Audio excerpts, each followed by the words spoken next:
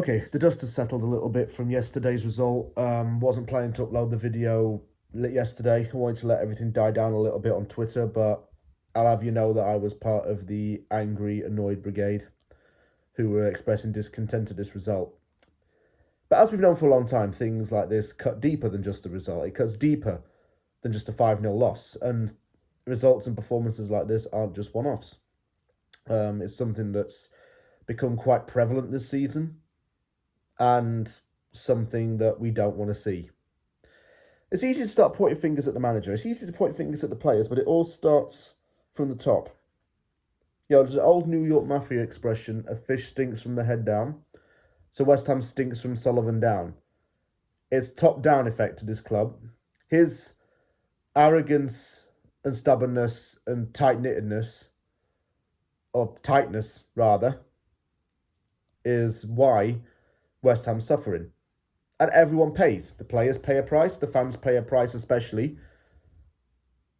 And I think I'm paying a personal price as well. I feel like this club is just so washed.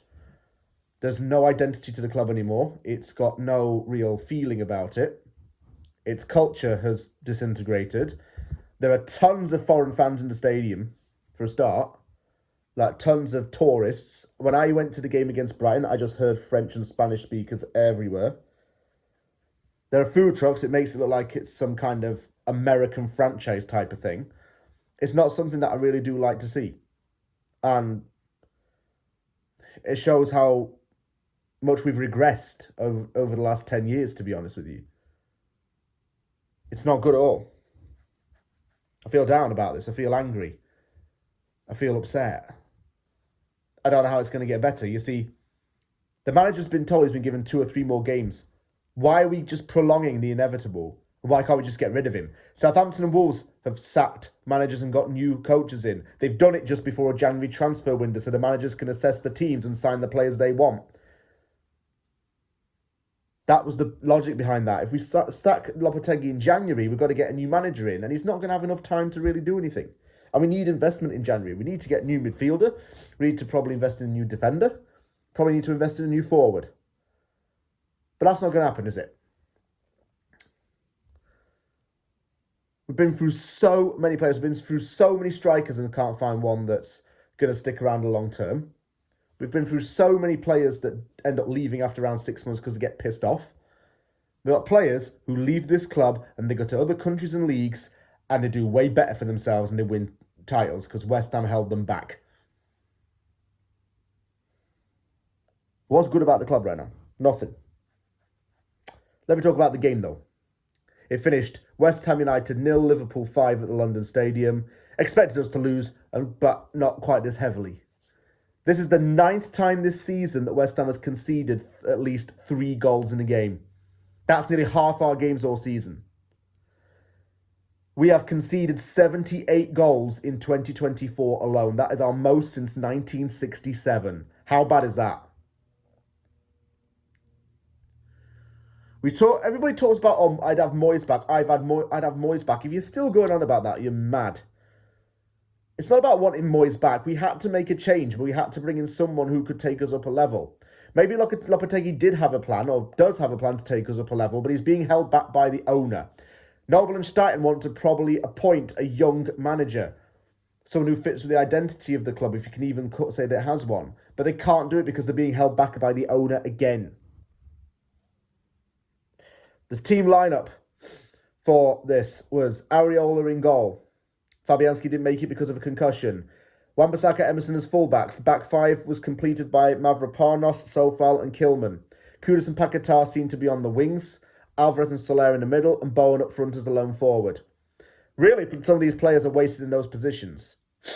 Kudus should play in the 10 for a start. Bowen shouldn't play up as a lone striker all the time because it's not getting the best out of him as of late. And Sofal and Mavropanos are just horrific players. They cannot defend properly, they cannot trap back properly, and they don't commit tackles enough. And it showed in this game. Spoiler alert. We need to keep Edson Alvarez out of the attacking build-up because he just hinders it. He slows down the momentum of the ball. and he loses possession so easily. He's half the player he was last season. When Liverpool took the lead through a Diaz shot, they deserved it. Because we should have been losing about 3-0 by that point. Areola had to make some good saves to keep the score 0-0 until then. Sova was partly to blame for the goal, and Dinos didn't commit to tackle it. Pekkar's decision-making is still bad. He can't see peripherally. Has the space to run into, but just cannot make good passes. We cannot make good decisions with the ball. Kudus hit the post, though, and he was excellent in the game. He was one of the best players we had. We couldn't create anything on the wings, so everyone on the wing was void of any chances. 2-0 came when Cody Gakpo tapped it in. Mavropanos again was at fault. Just tell him to learn Arabic or something, or tell him to learn Turkish or something and get him gone. 3-0 was through Mohamed Salah, and our defending is just freaking vile. We cannot close down players. We can't keep anything tight enough. Half-time substitutions came, and I knew it would come. I knew Todibo would come on for Sofal, and Fulkrug came on for Alvarez. 4-0 came when a Trent Alexander-Arnold's deflected shot from distance went in. We just do that too often where we concede goals, the goalkeeper doesn't move and it goes in. It's a joke. You cannot take the team seriously enough. And when you have fans leaving at half-time because they just don't care anymore, that shows what it means. They don't really care about valuing the ticket anymore. They don't care about valuing the club. Bowen had to come off with an injury and Somerville had to come on. He ran a goal but didn't score. And I'm going to say something that's going to be my hill to die on. The team looks better with Fulkrug and Somerville in it. Not with Paquetá. Fulkrug was helping with the build-up play. Somerville was quite energetic, even if he didn't get it in the net. Irving came on for Soler, and do you know what? Andy Irving came in this game, and even he was really good. Putting right good cross, which no one connected with. Guilherme came on for Kudus, and he was quite good. Kudus had been offside a lot in that game, though. I think that's why he was subbed off. 5-0 was just the final blow when Jota scored from a counter-attack. Second time this whole season they put 5 past us. It's the same shit from the manager. Oh, we're disappointed. We feel disappointed. You know, you're disappointed. You lost, but you've got no solution for it. Actually get off your asses and do something, and maybe we can get behind this.